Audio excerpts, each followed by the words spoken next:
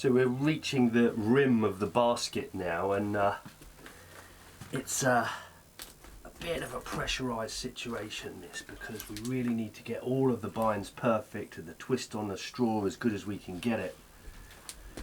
And what we want to do is to start thinking about where we're going to finish off now.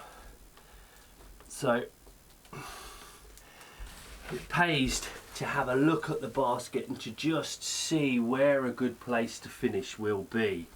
And my sense is that I want to finish around here. I'm quite high there, but let's just see. Yeah, my sense is that I want to finish around about here. So what I'm going to do is get my peg and I'm going to stick that on there, because that's where I ultimately want to start running out of straw. I'm working towards that point. And all the while, we're just keeping an eye on the shape of the basket. Because we've kept our materials nice and damp and wet, they're still very pliable.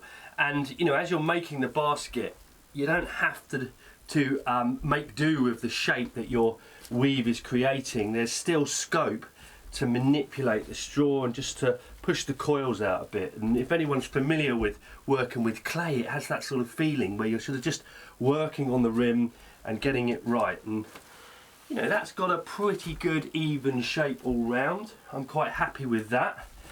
But as I say, now is the time to start thinking about getting this bind right. And okay, I'm getting my needles coming in at a different angle there. I'm dropping the back end of the needle so it's coming up.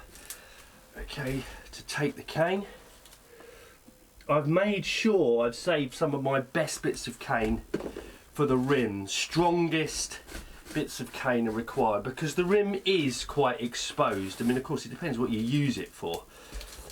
If you're using it to keep your socks in, it doesn't matter if it's not as robust as it needs to be. But back in the day, this is the sort of basket you might use for collecting stones or for collecting potatoes, things like that, apples, and you know, these things worked, used outside, get knocked about quite a bit. So let's just get into here. And I would say some of this straw, I've kept it damp over quite a few days. So as a consequence, it's just starting to lose its strength a bit and go a little bit off colour, which isn't ideal, it has to be said. But it can't be helped sometimes. When you're busy and you're trying to fit your basket making in around all of life's other commitments, sometimes these things get damp and wet and they get too wet, and then you're trying to dry them out and then you're soaking them again to use them, and of course what happens is they just start to lose a bit of their strength. Okay, so we're just coming up to the last few stitches now, and I've got a nice long bit of cane to work with, and there's quite a lot riding on this last stitch. I've allowed the straw to go thin in the funnel, but I haven't got it too thin. There's still quite a lot of material in there, which I hopefully will be able to just trim out with the knife as I go along. I've got my peg marking where I want to end. I'm having a second look here. I might run on a little bit further there though, so I might just put that there as a marker, but I know I can certainly start working towards getting this straw nice and thin, and just having to put a slightly tighter twist on that there. Oh, this is a good bit of cane, good strong bit of cane. So there we are, let's get in through there like that.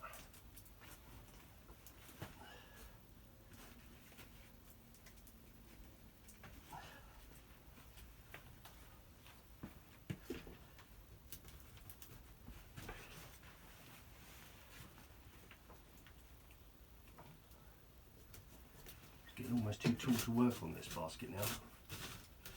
Right, here we are. That's it, tightening it up now, just massaging this just to get that rim right, because this is where we're making some commitments. I can probably dispense with the funnel now. It should make things slightly easier. getting a nice tight turn on there. And here we go. Give myself a nice lot of cane to work with here. I want to be trying to do this bind off with a nice strong but supple piece of cane. Right, let's get rid of that peg now. It's done its job. Here we go, just twist that.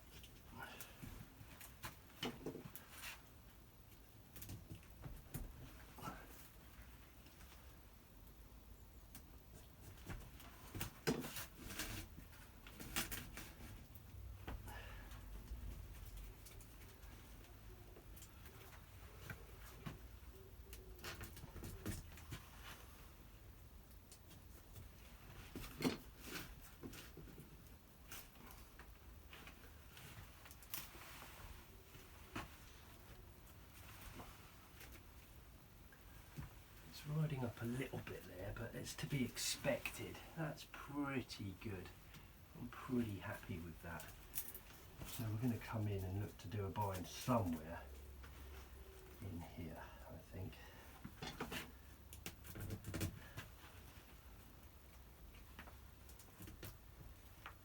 Okay, in there. So here we go. What we want to do now is to come over the top and to come back through here and bind off this. So we'll just send the needle through to find him on the other side. Through he comes there. Okay. Okay, we got him nice and tight there.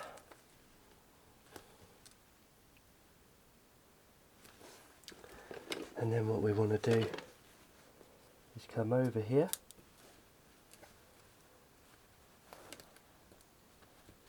there, through there, like so. Give him a little bit of a push. So there we go. Now we want to keep that really tight. So we're keeping that really tight. Just pushing that through there. Can I get my fingers on the end of it? Let me just see if I can get my fingers on the end of there. Right, we got that really tight in there, like so. We just need to pull him really, really tight now. There we go. And there he is, locked off. And then all we need to do is just to trim the straw off up here. Just shave that off there, and there we go. There is our finished basket. And there we are, a nice, robust, tough and stiff basket. And I always think it's wonderful how materials like straw, grasses and bits of bramble, small plants that on their own they're relatively weak products, but when you bring them together and bind them together like this, you can make a really strong and tough piece of kit. I'm really pleased with that. A little bit of manipulation here just to get the shape right. It's still damp, so I can still do that just before it dries off and goes crisp. But there we are. I'm pretty happy with that. And these baskets, really, you can use them for all sorts of things around the house. Traditionally, these things, I used to make skeps, bee skeps, beehives, and you could keep bees in them. And the properties of these things are such that they're light, but they're also very well insulated, and because we're using straw here, it's got those fantastic properties of insulation. So anything that requires insulation, apples for example, if you want to store apples and keep the frost off them, this basket's really good for doing that. They're really good for storing eggs as well, but also because they're lightweight and they can breathe, you can also store materials in there. You can store your wool in there or even your laundry. And in fact, I brought up my laundry basket, which actually, as you can see, this is the work of a master, and I certainly don't consider myself a master craftsperson, but here you can see they've used willow here to bind this up, and a lovely clean rye straw as well. And I know in the Museum of History in Wales here, there is some of this work dating back into the 19th century, and it wouldn't surprise me if this basket was getting on for the best part of 100 years old. These things can last an incredibly long time. They are multifunctional, They're great to make, whether you want to make yourself a laundry basket. I think personally this basket's going to be used for moving things around the garden, but you can also make cat baskets as well. It's a fantastic method of making a basket, and it's one that uses materials that you can source from the hedgerow. So it's been an enjoyable experience for me. I've certainly made tidier baskets, but this one is going to be very functional, very stiff, excellent piece of kit to work with. And I suppose now lockdown's over, I should cut my hair and get back to the real world.